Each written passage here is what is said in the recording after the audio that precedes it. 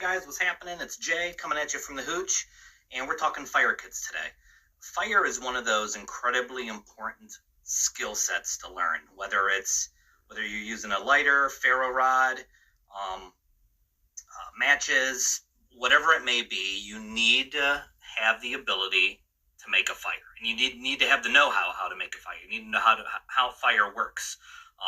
But a lot of it comes down to having those basic tools for how to do it. So I'm going to kind of go over my personal fire kits and a lot of other considerations that I keep in with my gear as far as fire making abilities and why I do those certain things. So stay tuned. Be right back. All right, guys, so fire kits. I'm going to go over my fire kit, the one that I keep in my main bag. This is the fire kit that really I put together to be able to take care of just about any scenario that I could possibly encounter up there. Number one, I keep it in a dedicated pouch. This way it's not rolling around in places and it's easy to find. And this, something to keep in mind with this too, guys, is this does not include what is on my physical body. Those things that are in whether they're in my smock pockets, my cargo pockets of my pants, or in my administration gear, this is separate. This is in my main bag. This is my main fire kit for camping, bushcraft, survival. This is the main one. So I have a dedicated pouch for it. I think that's extremely important. Tough Possum, if you guys don't have any other pouches, definitely check those out. Let's go ahead and dump this out.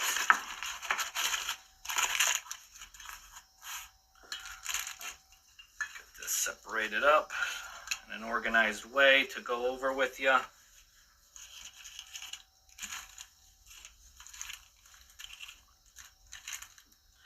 All right, two main components of my fire kit. One is my ignition source, what is going to create that flame or spark.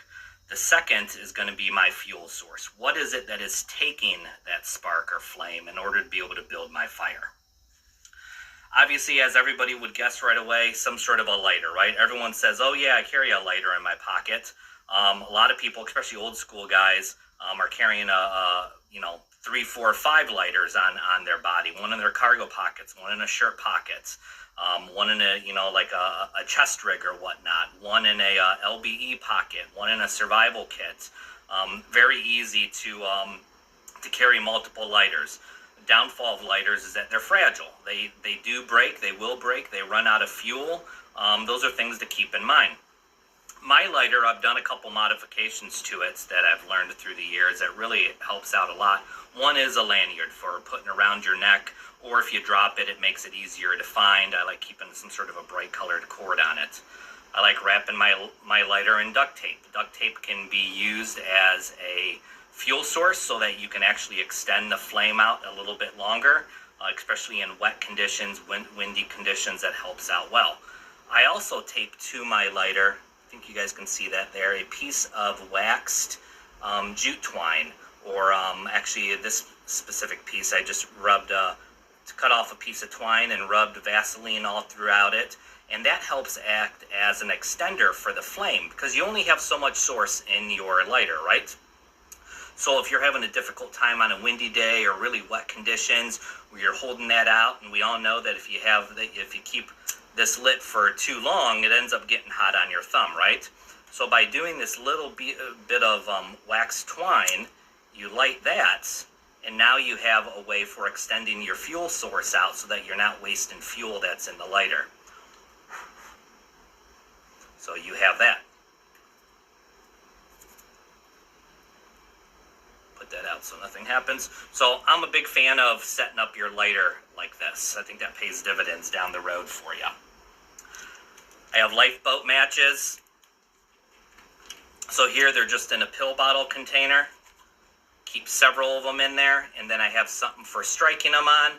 So those are great because you can light those or strike those even when they're soaking wet. They have a long burn time to them. So those work out really good for another ignition source.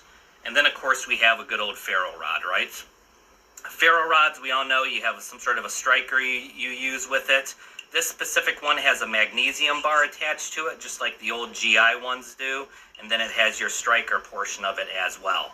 Nice thing with the ferro rod is you can use a striker to it, or you can use, if you're carrying some sort of field knife or bushcraft knife, you can use the spine of that knife for creating your spark as well. So that kind of does double duty for you.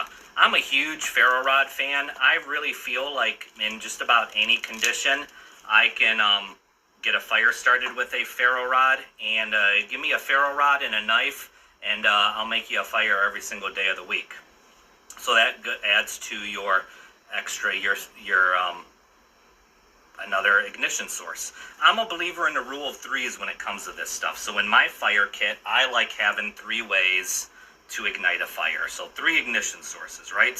So I have a lighter, I have a ferro rod, and I have matches. 3 different ways to make a fire there.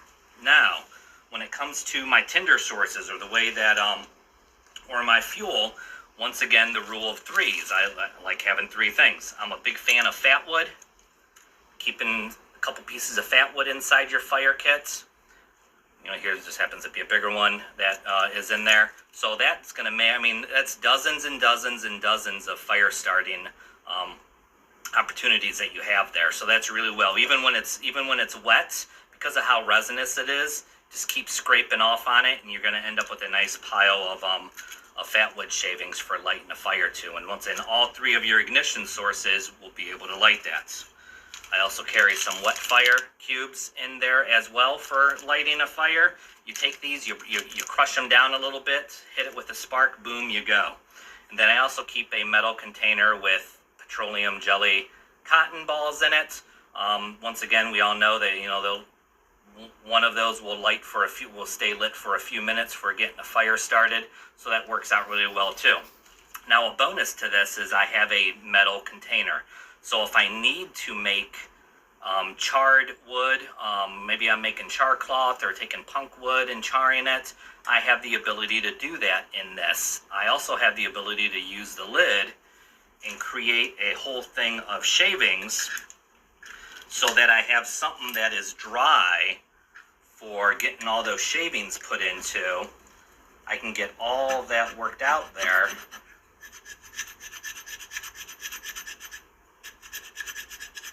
And it gives me a spot for keeping them all contained, right? So all of that is contained there now, so it's not sitting on the wet ground or anything like that. And then I'm able to take my ferro rod to it, and just with 1 or 2 sparks, I'm going to be able to light that, and we have our fire, right? So now you're able to take that and slide it underneath your tinder bundle and get it going.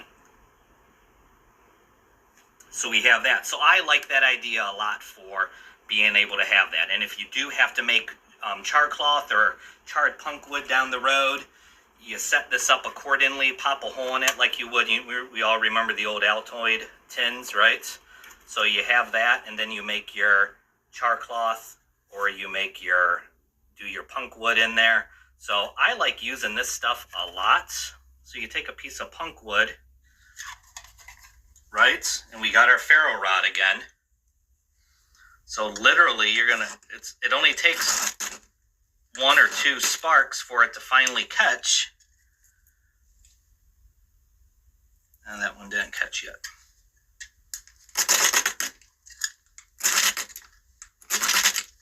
There we go. So now, you can see the glow. Can you see I don't know if you can see the glow on it or not. There you go. So that has caught a spark there. So if we blow on it, we can get that to light up a little bit. So now that there is our char cloth or punk wood going into action for us. We put that in a tinder bundle, boom, we have flame, right? So that works out really good with that. So that gives you the ability to make that material out in the field. Now, some other considerations for fire making out in the field, and I think these are important to keep in mind, is the last thing that I like to keep in my fire kit are a couple of tea candles. So this, once again, helps extend a flame. You can use this. You can wrap yourself up on if it gets extra cold at night and you find yourself in a situation where you can't set up a shelter, you can wrap your tarp around you or cover yourself with your poncho, light a candle and set that between your legs, lean up against a tree, and it's going to warm things up inside of that poncho pretty quickly, actually. So the tea candles aren't going to stay lit for super long. You might get an hour or two out of that, but it's better than none. Plus, in really wet conditions, you light that, slide that underneath, and it helps with drying things out. So I like keeping that in my fire kit as well. So we have all of those things in that one fire kit, right? Nice and simple. Now, some considerations for you guys when you're putting together a fire kit or some other fire making. Always use some sort of a Fresnel lens, a magnifying glass, reading glasses, whatever it may be. You can use that for starting a fire as well. It's the size of a credit card and weighs absolutely nothing. Why not, right? So you have something like that. You still have all different shapes and sizes of ferro rods. I have ferro rods every which way, only because this is easy for having dummy corded into a cargo pocket on a combat shirt or in a smock or in your cargo pants, anything like that. So all different shapes and sizes of those. Something else to keep in mind too, especially for you guys, for Minutemen purposes or hunters, you don't forget that chances are you have ammunition in your bag, right? So you have stuff in your kit that you can make a fire out of just by simply removing the bullet out of the casing, and you have that gunpowder in there. So you can always light that gunpowder if you need to. So let's say we're going to take a 22 round, right? So we have that. Literally take a pair of pliers, pinch it, squeeze that off, pour that gunpowder out into your container, because remember, we have some sort of a metal container to do this, so we have left our shell, we have the bullet itself, but then you go ahead and take a ferro rod to it and light that, and you're going to get a temporary means for lighting a fire.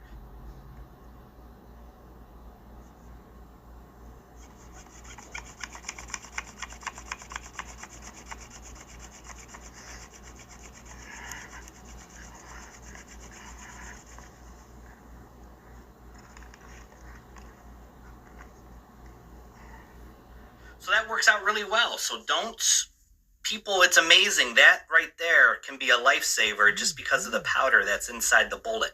It's in a waterproof container, right? And it's easy to pop the bullet out.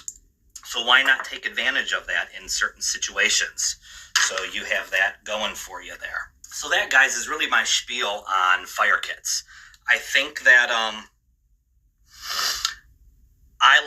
I like the rule of threes. I like having 3 ignition methods and 3 tinder methods, or 3 man-made, whether it's man-made or natural-made tinders for being able to start a fire. So with my normal fire kit, which weighs nothing, I know guys are going to be like, oh, but you have so much, you got 3 different things, why don't I just carry a Bic lighter, or I just carry this? Why not set yourself up for success by putting together a proper fire kit and then learning how to properly use it? So that's all I got for you guys. I will do a video after this going over actually making fires out in the field, and that way kind of put those methods to work, making feather sticks, proper fire setup, things like that. We'll go over a couple different fire setups and why you would use each one. Hey gang, what's happening? It's Jay, and we are continuing our fire series by doing just your most basic of fire making, and that is just your basic twig fire. The basic twig fire doesn't really take a whole lot, but there's a few key ingredients with that. One of the first ones is your tinder. So here we have a pencil lead thickness branches, all right? So your basic small tiny twigs. This is what we start with. Once we have that going, then we go to your pencil thickness, which as you can see here, then we add our pencil thickness size on top of that. And then on top of that, we add some thumb size pieces to go on top for our fuel. And then finally, we add wrist size pieces on top of that. So that way now, with that, we're able to maintain our fire, right? But we also need some sort of an ignition source. And for this, I'm just doing your basic petroleum cotton balls or cotton pads, and then a ferro rod. So it's super, super basic there. So the way that I normally like to start it is I like to make some sort of a base here down on the bottom for setting everything on. So for doing that, you can use a rock, you can use some old charcoal, you can use a piece of tree bark, you can use, I'm trying to think of what we can even use here. You can use a couple of sticks together if you want to. So here, let's start off with this. We're gonna start off with 2 wrist-sized pieces of wood, okay? On top of that, we're gonna go ahead and add our petroleum cotton to break it up a little bit to get it a little fuzzy, so it catches a spark a little bit better. So we can do that. It's up to you just how much of it you want to add.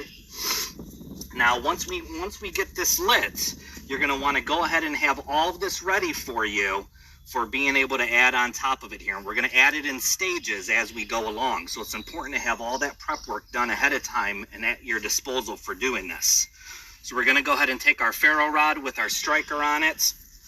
Go ahead and hold that up to your cotton balls. Light it. Now we're going to go ahead and loosely add on top. I like to hold it a little bit just to help it catch. You can start hearing the crackling of it, which is always a good thing.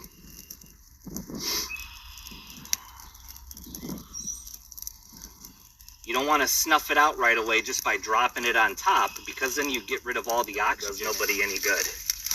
Now, I'm going to add our next layer to it, okay? Our next layer, we're going to crisscross it. You can see how the pencil lead stuff is catched. So we're going to add our pencil thickness size. So we're just going to lightly put that over top by crisscrossing it.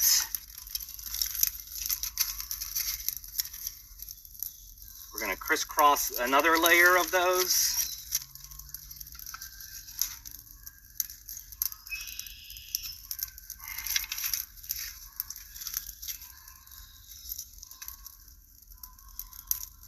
So you can see through it, you're still able to get oxygen down below into the actual tinder pile down there for catching. So we have a nice hot flame there. Now we're going to get into our fuel. This is our thumb size stuff. Now this stuff here, you don't need to drop all of this on at once, but we're just going to loosely add it to the top here. Right? Right now we have a breeze coming through from the right going to the left, so that's why, you know, everything's feeding that way. So instead of stacking wood over here that's not going to catch, I'm going to kind of lean it this way so that it catches this way. So we have that going, and then last but not least, we'll add a few pieces of our wrist size stuff for the bulk of our fuel there. And we're good to go. Now, some important considerations to have here. Number one, you know, keep your wood source handy so that you don't have to constantly go into the woods looking for wood, but also make sure that you have water available for being able to put it out in a camp setting. So remember, this is a comfortable base camp setting where fires are allowed. You can use it for cooking, for boiling water, for warmth, for safety, all the above reasons, right? So we have water, we have extra wood, everything is prepped so that we can stay here in camp and maintain it. So gang, that's really it. That is how easy it is to make your basic twig fire. The most important things, these are the things to keep in mind, is your prep work. I believe in the rule of threes. You should have enough prep work to be able to make 3 fires, because you may fail at 1 or 2 of them depending upon the conditions. So you have your prep work done, have your extra wood, your extra fuel available so that you don't have to wander off into the woods. Have water available so that you have a means of putting it out. And that's really it. So,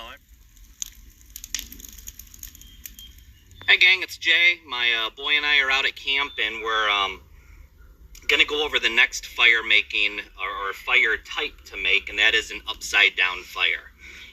As you can see here, you know, you have your big logs down on the bottom and you work your way up small, almost like a pyramid shape in a way, but you're actually building that fire on top of it and letting it burn down. This is a great fire method for a self-feeding, long burning fire, but also for a cooking fire because it creates a nice big bed of coals. It just takes a while to form that. So you get this started early enough, you can end up with a nice big bed of coals to cook on, like, you know, cast iron cooking, Dutch ovens, things like that. So we have our pyramid base built already. We have, once again, the big logs on the bottom, and then we work our way up to smaller ones. Personally, I like to just use 2 logs because I like to have a little bit of a void to act as kind of a catch for catching things inside for when it's for when the fire on top is down. So I love using feather sticks for this. So this way, you know, we'll get our like we did in the last video, we'll get our petroleum jelly or Vaseline coated cotton balls. We'll get that lit, and then we'll put our feather sticks on top of that. Put that right inside here, like that and like that.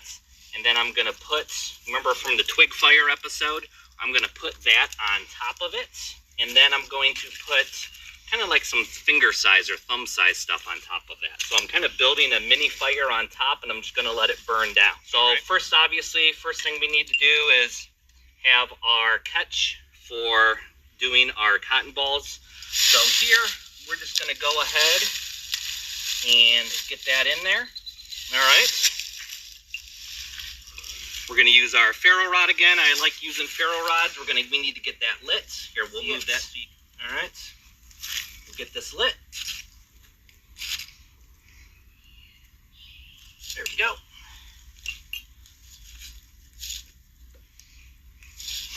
Get our feather sticks in there to catch. That's gonna go. This one here is gonna go. And then I'm gonna go ahead and put our twigs on top of that.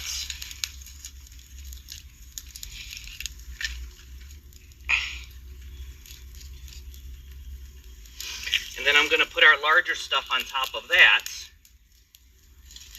And we literally are just gonna kind of forget about it at this point. We want this to just slowly burn down so that we have ourselves a nice hot bed of coals.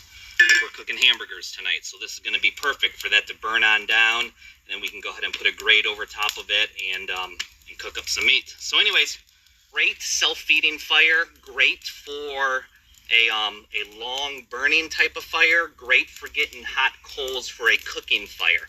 This is also a great way to go. If any of you guys watch the Milkmaid's YouTube channel, she has a video on doing this inside her wood burning stove inside the house, which she had, I think a lot of folks kind of made fun of her a little bit, but it's totally a legit way for making a fire. So anyways, super quick and easy, very little prep work involved with it. And as you can see, I mean, we've already got a fire going there where we really don't need to do anything else. We don't need to do anything else to it. So that's it, guys. So keep getting out there, keep practicing these fieldcraft skills. You never know when it's going to be important and to maybe even save a life for getting a fire going real quick. So we got a fire going. So anyways, you guys be good, and we'll touch base soon. Thanks a bunch. Bye.